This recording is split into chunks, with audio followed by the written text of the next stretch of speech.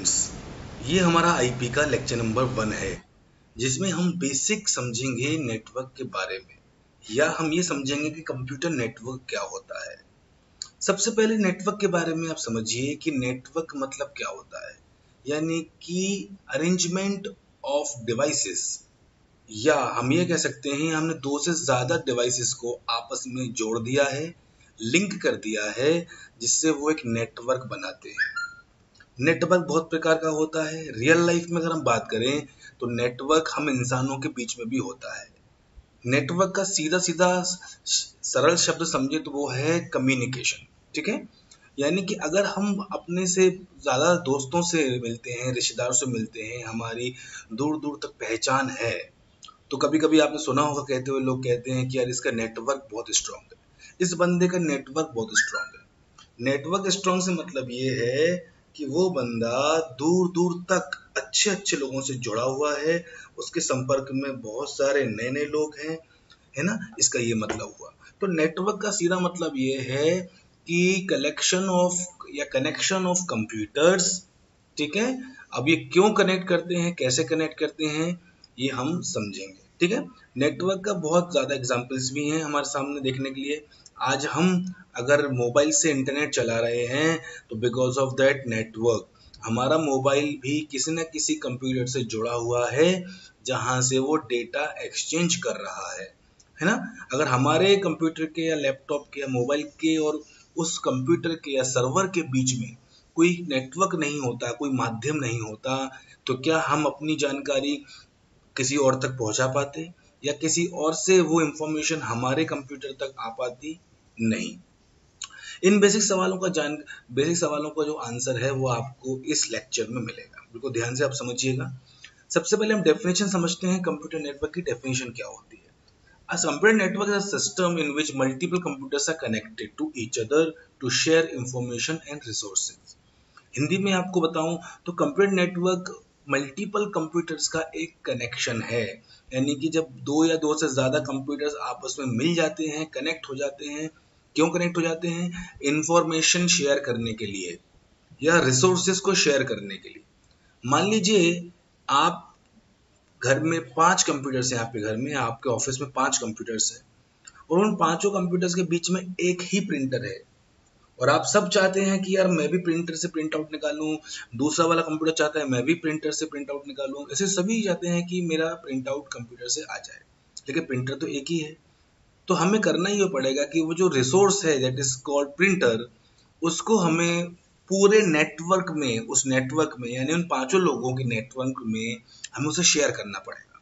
ठीक है, तो अगर वो सारे कंप्यूटर्स नेटवर्क के दायरे में आते हैं तो वो सभी कंप्यूटर्स वन वन करके शेयर कर पाएंगे उस डिवाइस को। Okay, clear? हाँ, अब हम समझते हैं कि क्लासिफिकेशन के बाद में हम देखेंगे कि कंप्यूटर्स को रिसोर्सेज के शेयर करने के अलावा और कौन से काम हमारा कंप्यूटर नेटवर्क के द्वारा करता है।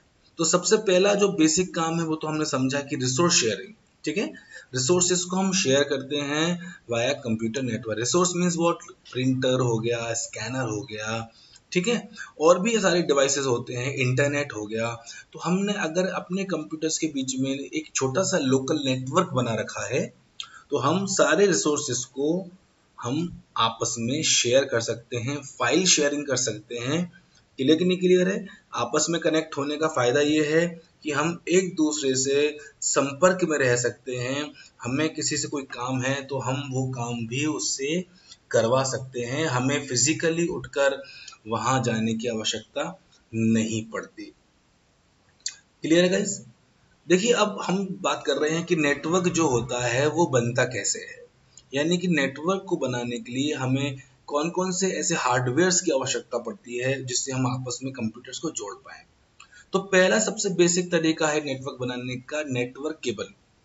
केबल, बहुत सारी नेटवर्क केबल मार्केट में अवेलेबल होती हैं जो एक कंप्यूटर को दूसरे कंप्यूटर से और दूसरे कंप्यूटर को तीसरे कंप्यूटर से जोड़ देती है, जिससे इनके बीच में एक नेटवर्क बन जाता है। देखिए यहाँ पर इस डायग्राम को समझिए, इन सभी कंप्यूटर्स के बीच में देखिए केबल जा रही है और वो केबल से ये सारे के सारे आपस में कनेक्ट हो पा रहे हैं, यानी कि सारे आपस में रिसोर्स शेयरिंग कर पाएंगे, डेटा शेयरिंग कर पाएंगे, फाइल शेयरिंग कर पाएंगे, है ना।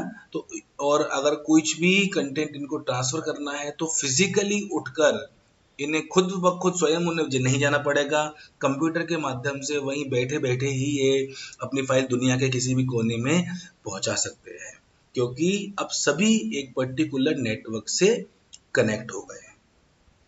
ठीक है, सबसे इजी तरीका है नेटवर्क केबल। लेकिन नेटवर्क केबल का एक डिसएडवांटेज ये है कि इसमें जो एरिया ऑफ नेटवर्क होता है वो थोड़ा छोटा होता है, क्योंकि हद से ज्यादा केबल आप एक ऑफिस तक ही लगा सकते हो।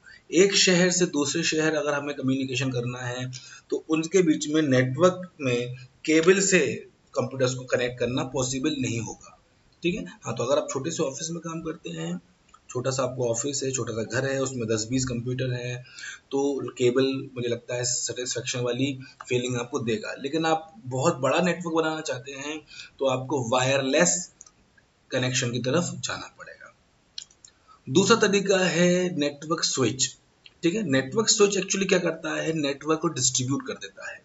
अगर हमारे पास मान लीजिए एक ही कंप्यूटर है और उसमें सिंपल हमने इंटरनेट कनेक्शन ले रखा है, लेकिन हम चाहते हैं कि हमारा जो इंटरनेट है वो डिफरेंट कंप्यूटर्स तक फैल जाए, यानी कि हम चाहते हैं कि हम उस नेटवर्क को शेयर कर पाए, या हम ये भी चाहते हैं कि हमारे पास 6 कंप्यूटर है, 8 कंप्यूटर है, 10 कंप्यूटर है, 20 कंप्यूटर है, तो वो सारे के सारे एक नेटवर्क में आ जाए।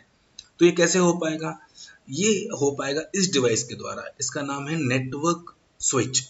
हमें कुछ नहीं करना है, सिर्फ हमें अपने कंप्यूटर की केबल लाके सभी कंप्यूटर्स को अपनी केबल इस डिवाइस में यहाँ लगा देनी है, जिससे वो सभी कंप्यूटर्स नेटवर्क पर आ जाएंगे, यानी कि कॉमन नेटवर्क बना लेंगे।